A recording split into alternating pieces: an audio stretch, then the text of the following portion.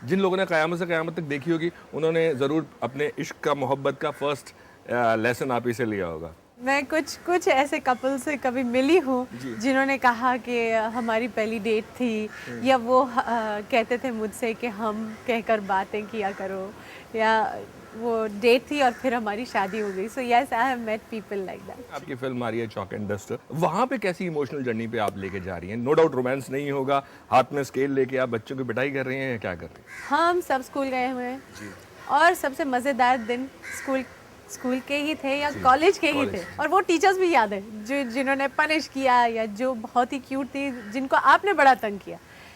मगर क्या हमने बड़े होकर कभी उन्हें याद किया, या उनका कभी धन्यवाद किया, या उनका कभी हाल पूछा? और ये हम सब की ज़िंदगी से जुड़ी हुई कहानी है, बातें हैं जो कि हम दो टीचर्स के ज़रिए बताते हैं आपको चॉक एंड डस्टर। अगर मैं आपके स्कूल डेज की मैं बात हाँ करूँ हाँ।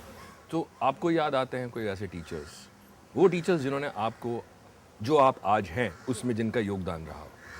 हैं, बहुत सारे हैं, और मुझे लगता जिन्होंने है कहा बेटा जाओ आपको हीरोइन बनना है। उन्होंने पता नहीं ये कहा कि नहीं, मगर मैंने बहुत कुछ लोगों से बहुत कुछ सीखा। एंड इनफैक्ट एक, जैसे कि आप बोल रहे हैं कि एक्टिंग मैंने कहाँ सीखी है, तो रोशन तनेजा जी के साथ सीखी है। और मैंने उनके साथ एक क्रैश कोर्स किया था, क्योंकि मुझे लगा मेरे को तो एक्टिंग आती नहीं और मैं फिल्मों में आ रही हूँ और पता ही नहीं चलेगा करना क्या है। तो देखिए, मैं उनसे भी कहाँ मिली हूँ।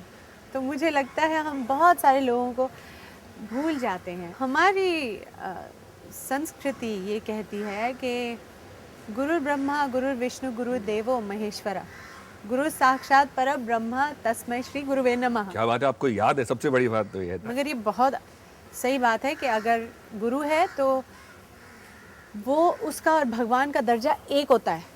इतना बड़ा दर्जा है आपके गुरु को। आजकल के गुरुज कौन है? आपकी टीचर्स, और आप उनके साथ क्या बर्ताव कर रहे हैं ये आप ही सोच लीजिए। मुझे ये बताइए, 1984 में मिस इंडिया, वो ज़माना वो था जब इंडस्ट्री भी ग्रो कर रही थी, लोगों की सोच भी ग्रो कर रही थी, जहाँ पे बड़ा मुश्किल होता था फिल्म इंडस्ट्री, मतलब लड़कियां तो दूर, लड़कों को छोड़ दीजिए साहब कि आप फिल्मों में जाया जाए। वो ज़माने में ये सोचना मिस इंडिया आपका ख्याल था या पेरेंट्स का था? किसी का ख्याल नहीं था, क्योंकि अगर कोई सोचता और ख्याल जाना है या करता, कंपटीशन में जाना है। हाँ, तो वो तो होता ही नहीं। क्योंकि आज मैं सोचती हूँ कि मैं मिस इंडिया का फॉर्म आज भरूं क्या, मैं बोलती हूँ दिमाग खराब है तुम्हारा, बिल्कुल मत करना, क्योंकि डर लगता है। मगर आई थिंक वो जवानी का जोश, वो बेखबर होना, वो कहना कि मेरी फ्रेंड्स ले रही है पार्ट तो मैं भी ले लूँ, इसी मस्ती में कहीं। पेरेंट्स को पता था? अरे हाँ, मतलब मुझे बताना पड़ा क्योंकि आई वाज अंडर एज, तो साइन कराना था भाई। But he allowed me, why not, के चलो it's part of an adventure. Supportive थे पेरेंट्स? या he was supportive and fine. एक सेकंड, आई जस्ट, हाँ बिल्कुल बिल्कुल। तो थोड़ा सा कुछ आंख ठीक करना है जूही को, और जूही मैं चाहता हूँ आप अपने जो सहयोगी हैं उनको आप इंट्रोड्यूस भी करा दें। ये हैं जय, ये मुझे खूबसूरत बनाते हैं, और ये है संगीता, स्टाइलिंग करती है। कितने साल से आपके साथ काम कर रहे हैं लोग? इनको मैं अभी हाल ही में 2-3 साल पहले से जानती हूँ, इनको मैं थोड़ा सा ज़्यादा पहचानती हूँ। तो हम लोग बात कर रहे थे कि चलिए आपने पहला जो बैरियर था वो तो पार कर लिया, और फिर जो सेकंड था वो फिल्म कैसे हो गया? उसी के ज़रिए किसी ने मुझे अप्रोच किया। मुझे याद है कि मम्मी ने मुझे ड्राइव करके मेरे साथ गई हिंगोरानी जी के ऑफिस में, अर्जुन हिंगोरानी जी, सल्तनत ना? सल्तनत। तो फिर वहाँ पर कुछ ऑफिस में कोई सेटअप लगा हुआ था, उन्होंने कुछ लाइनें सिखाई, फिर शायद मैंने वो रेंडर किए हैं कैमरा के सामने। फिर 1-2 महीने कुछ नहीं, पता नहीं चला, और फिर बाद में उनका फ़ोन आया कि आप सिलेक्ट हो गई। मगर मैं डर भी गई, क्योंकि ये बहुत बड़ी फिल्म बन रही थी उस वक्त, बहुत बड़ी। बहुत घबरा गई, क्योंकि इतने बड़े बड़े स्टार मेरे सामने खड़े थे जिनको मैंने सिर्फ पर्दे पे देखा था। तब बहुत घबराती थी कि बाप रे, कैमरा ऑन होगा और फिर क्या होगा, मेरे को कुछ याद रहेगा या नहीं। आपको ये कब ज़रूरत महसूस हुई कि आपको ट्रेनिंग भी लेनी है, एक्टिंग की ट्रेनिंग भी लेनी है आपको? कुछ उसी समय, क्योंकि मैं साइन हो गई थी और सब, मैंने खुद से सोचा कि भाई मेरी तो कोई फॉर्मल ट्रेनिंग है नहीं कि मैं कहूँ कि मैं अभी कैमरा के सामने जा रही हूँ, तो मैं कुछ सीख ही लूँ।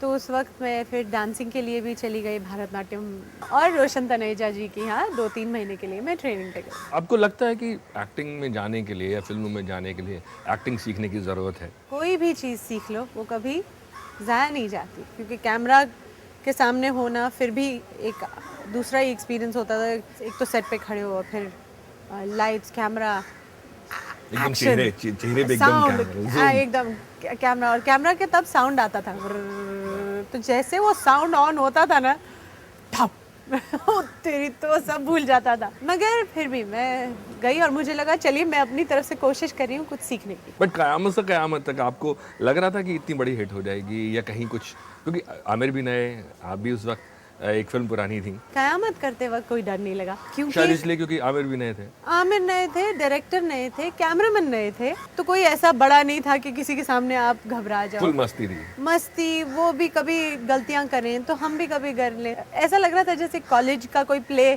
चल रहा है और उसके लिए हम काम कर रहे हैं। हाँ, मुझे एक याद है कि हम ऊटी में शूटिंग कर रहे थे।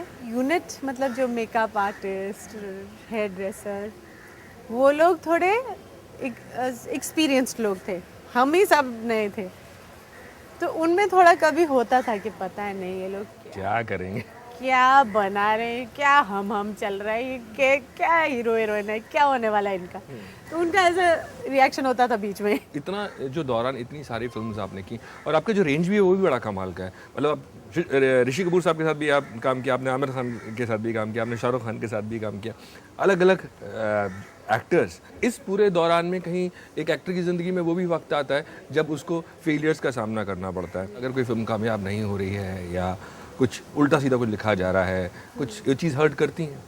हाँ बिल्कुल, उस समय तो रिलीज से बहुत घबरा जाते थे कि चलेगी नहीं चलेगी, अगर नहीं चलेगी तो मेरा क्या होगा। काफ़ी बार जब नहीं चली तो मैं तो रोने लग जाती थी और 2-3 दिन मतलब रोती रहती थी कि यार ये क्या हो गया, करियर बनेगा या नहीं बनेगा। But that was when you are young and you are really in the rat race at that time where you are concerned about everything. आप एक फिल्म इंडस्ट्री से नहीं आती हैं, बाहर से आती है, लेकिन इस इंडस्ट्री का एक मुश्किल पार्ट होता है, इसके अपनी एक टोल होता है जो ये लेती है, वो आपके लाइफ पे क्या रहा? मैं तो सोचती हूँ कि मेरे लिए तो ये सबसे बड़ी देन हो गई भगवान की कि उन्होंने मुझे मूवी स्टार बना दिया।